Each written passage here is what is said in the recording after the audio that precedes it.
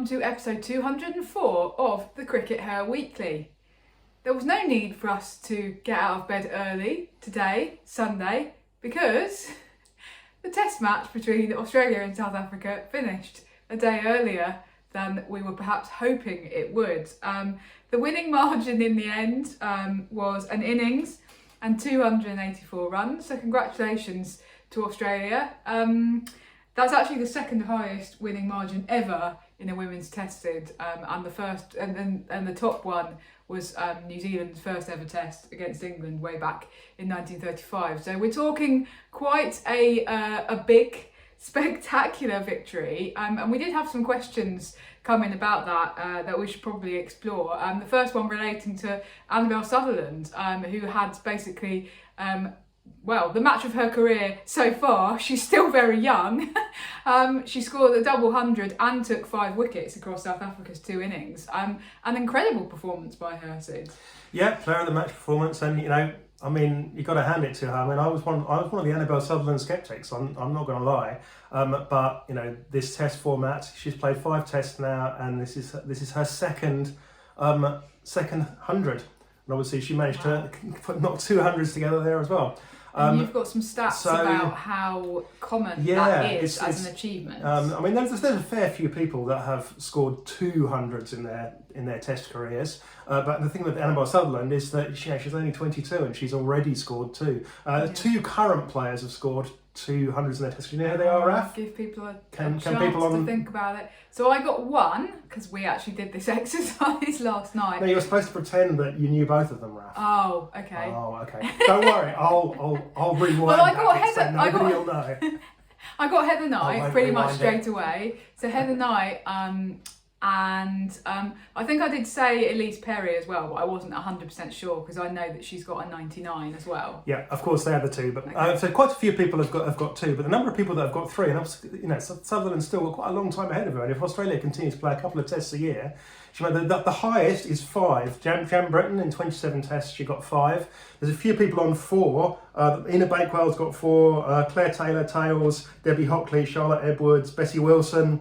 So there's a few people on 4s and 3s there. Betty Wilson was on a 3. Okay. She's definitely on course to potentially break that record and at least level that record of 5. But she's just taken to the test format. There's something about the fact that she's able to bat in that format, and if they can push her up, because she was batting down the order again, and she still managed to achieve this. And actually, Alyssa Healy was asked about this, wasn't she, Raph? Yeah, she was, because obviously Sutherland did the same thing at Trent Bridge, kind of coming in the late middle order, and then they were saying, perhaps she could get a bump up the order, but I think that she was batting in the same position as she did at Trent Bridge. Healy was asked about this after the match and kind of said, she probably should really be batting at 2 or 3, but I don't know who she would displace. So a little bit of a diplomatic answer there from the Australian skipper. But I think it's an interesting one because it is a very established lineup. But come on, you can't keep sending in your Test centurion to bat at 5 or 6, can you? Yeah, and it's just test match batting is different. It's a different game, and she did fantastically well again. And I think she's on course to break that record. So what about Australia more widely in this test, Raf? What did they kind of get right? Because there was a chink at a point in time when it looked that even though South Africa got bowled out for nothing on the first day, there was a chink, wasn't there? There was. Because I actually rushed upstairs and woke Raf up. You did, you annoying person. So I got up to watch it, and I went and woke Raf up, and I was like, South Africa have been bowled out, but Australia are 3 down inside 6 overs, I think it was. Yeah. And I was like, you've just got to come up, because it looked like Australia were about to fall to pieces as well. So I come rushing down the stairs, and then no wickets fall for several hours. Thanks for that, Sid. I really, really needed to be woken up at 6:30 a.m. in order to watch Alyssa Healy and Beth Mooney bat for several hours. How did they turn it around though? What's the key to that? I mean, sensible batting, basically. It sounds very trite and it sounds very obvious, but the thing was that once they batted together for 45 minutes, they were just inching closer and closer to that score. Because South Africa had been bowled out for only 76, it just meant that all they had to do was just dig in just for a very short amount of time, and there was no real scoreboard pressure. Because partly because it's a test match, but also because they just weren't. There wasn't really a kind of target for them to chase. It was just like, well, if you bat for an hour, then you're going to overtake what South Africa have made, basically. That was kind of that. So the problem was the way that South Africa folded in the first innings, and really what we saw from South Africa in the second innings was quite a bit more fight. And if they'd been able to replicate that on day one, then lots of things would have been different. But actually, that was that first couple of hours of South Africa being bowled out for 76. That's then set the tone for the rest of the test. Yeah, and it was something that we talked about with regard to Australia and India as well. It's about Alyssa Healy's ability to adjust her game, because Alyssa Healy is the woman that went out and scored a whole pile of runs by going mental at the MCG in that famous match in 2020. And yet what she was able to do here was come in and just go, there's so much time left in this game. Yeah. I've got so much time that we're not chasing a realistic total. I can go at 1-2 and over for the next hour and a half, 2 hours. And it just doesn't matter. There's nothing. There's no need to push at all. And she did basically shut up shop. And her ability to be able to kind of shift her game a bit and to be able to say, I'm going to play a slightly different game, and that's what ultimately made the difference. And once Healy in particular had kind of pushed them towards a lead of 100, and by that point it was already going to be very difficult for South Africa to come back on it. And then of course what happens is Sutherland comes in. Really. Yeah, and obviously batted very well, but by that point the South African bowlers were just knackered, weren't they? I mean, it was so hot, just unimaginably hot for us here enduring an English winter, actually a relatively mild one, but the idea of actually having to go out and play cricket all day in 45, 46 degrees is just mad. And South Africa were basically in the field for 2.5 days or something. And then had to have after a 10-minute turnaround, then had to go back out and try to bat. So I think that after just that little first bit of digging in and then achieving parity, basically Australia massively had the upper hand, partly because they could then exploit the weather conditions in a way that suited them. Now, I'm not saying that batting and making a double 100 in that heat is easy either. That was actually an incredibly impressive feat. But poor South Africa having to be in the field for that long, right? Yeah, definitely. And let's talk a little bit about the teams that went out onto the field as well, because South Africa, to a certain extent, were always a little bit down because they went into the game without their best player, didn't they, Raf? Yeah, well, we talked about this in last week's episode, and I said Marizanne Kapp will be key. I mean, it's a pretty obvious point, right? She's their best player. She's basically their best batter and their best bowler. And she, unfortunately, on the morning of the game, so right before the toss, they decided we can't risk her. Now, we don't know the exact specifics about why she was ruled out. It is well known that she's got this ongoing heart condition that does sometimes cause her to have to sit out games for the sake of her long-term health. So it may have been something to do with that. The heat may have played a role. We're not 100% sure, but whatever it was, that was obviously a huge setback for South Africa. And of course, as well, the fact that they just haven't really played very much Test cricket recently. And one of the questions that we got on Twitter from Punt, as he or she is calling themselves, was what are the learnings from South Africa from this series overall? Well, I think one of the learnings is play more tests, because otherwise it is always going to result in a mismatch when one side has played one test just this month, or just last month, and then another test a few months ago, and South Africa haven't played any for 18 months. That's just, Australia are going to be better out of the format because they know how to play it. So play more tests. Yeah, and what about, so the other thing that people have asked about is Laura Wolvaardt and how her form has been, and obviously another vital player to South Africa.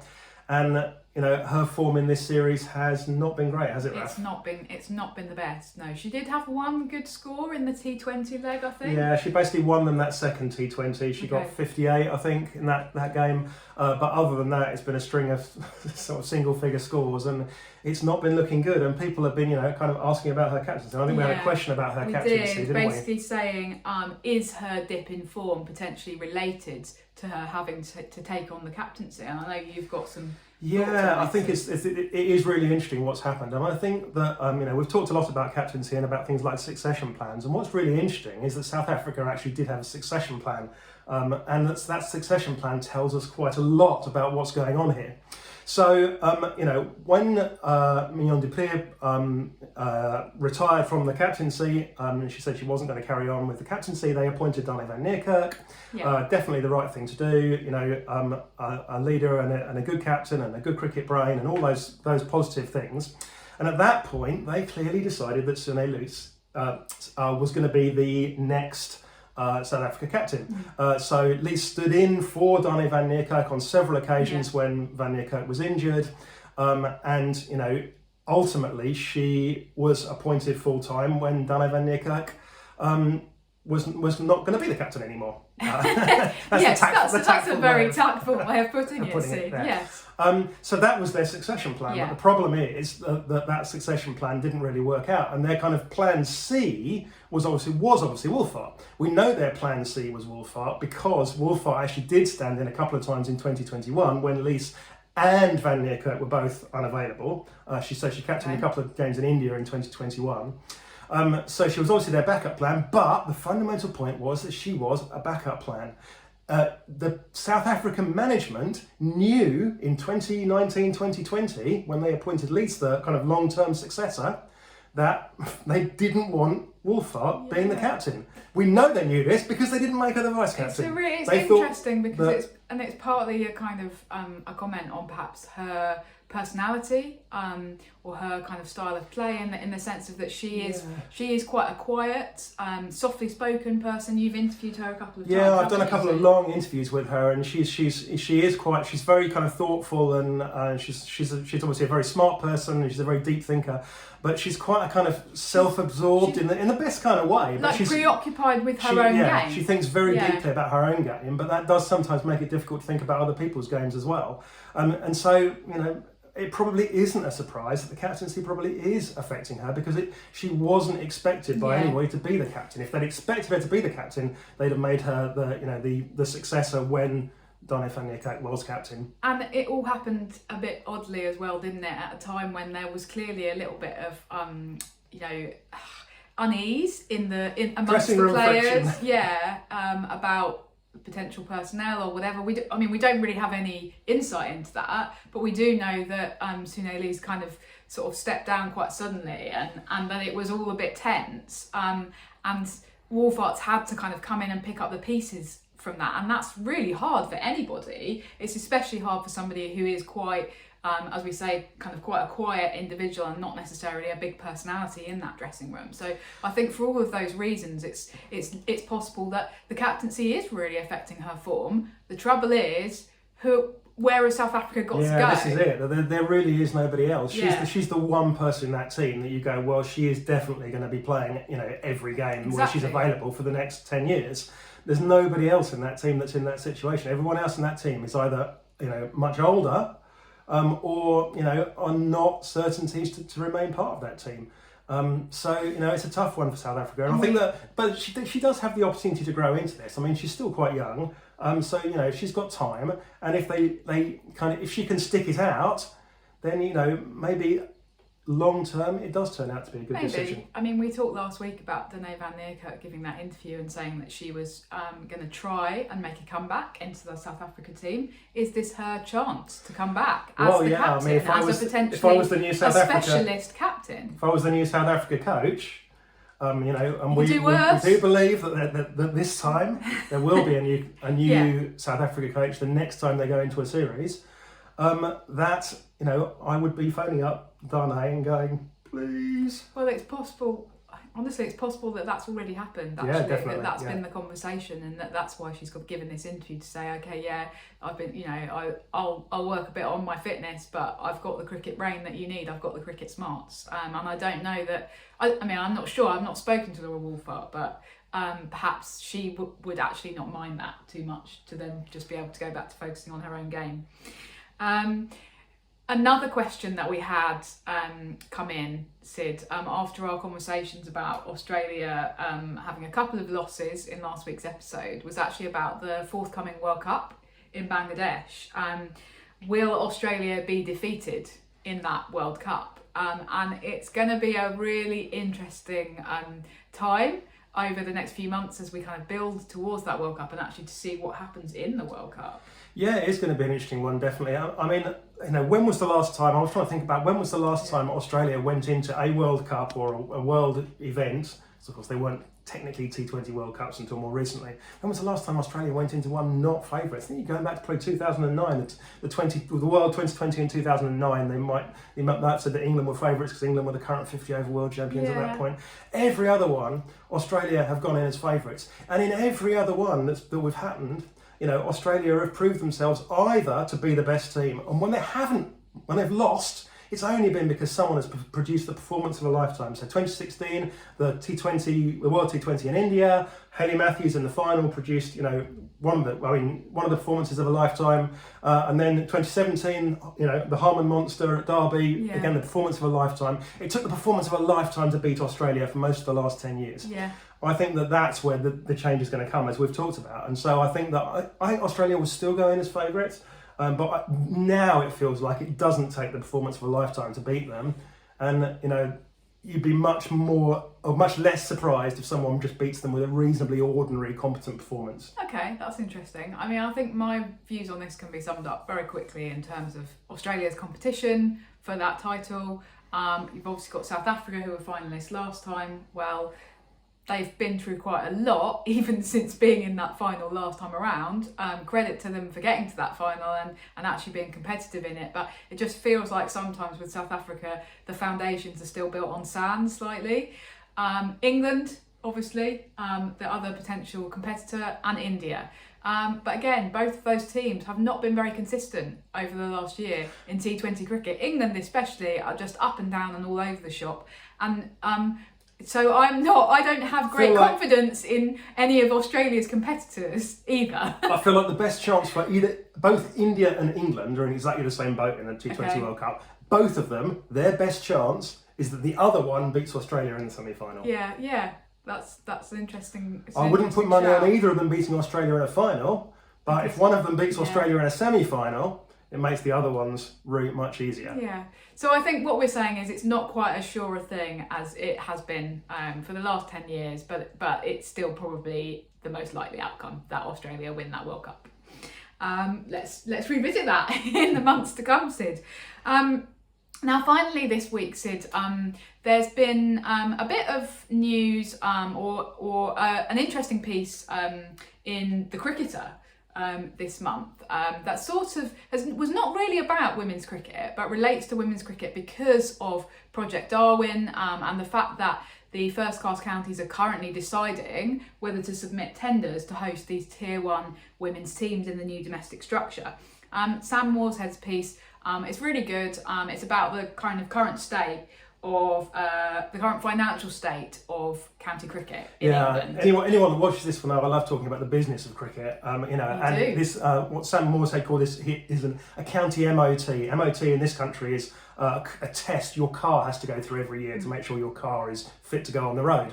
So it was like, are the men's counties fit to go on the road? And the conclusion he comes to is that almost all of them are in grave financial trouble. And it just bears re-emphasising that every time we turn around, we're seeing the men's counties in financial trouble, and we're about to ask these counties to take on a big commitment with these women's teams, and we have to ask whether most of them are really capable of meeting the kind of demands that we want them to meet in terms of being able to make those investments when they're clearly in so much trouble. And they're in trouble for all sorts of reasons, but one by another, they all have problems. Even there was the super rich Surrey. Surrey are super rich, but what we've seen in this country in the last couple of years is huge energy price inflation. The price of electricity, the price of keeping our lights on has gone up massively. That means the price of Surrey keeping their lights on has gone up massively. Surrey are going to have to pay hundreds of thousands of pounds more to their electricity supplier next year than they paid last year. Yeah. And that is going to make a huge dent in their ability to be profitable and their ability to be able to invest in the kind of things we want them to invest in. And this is the same across all of the counties. So obviously, Worcestershire, we know that Worcestershire are out of the running for a top class county anyway, but they, even Worcestershire, who have no floodlights famously because their ground always floods, so they can't put in floodlights because it would be too dangerous because the flooding obviously is an electricity hazard.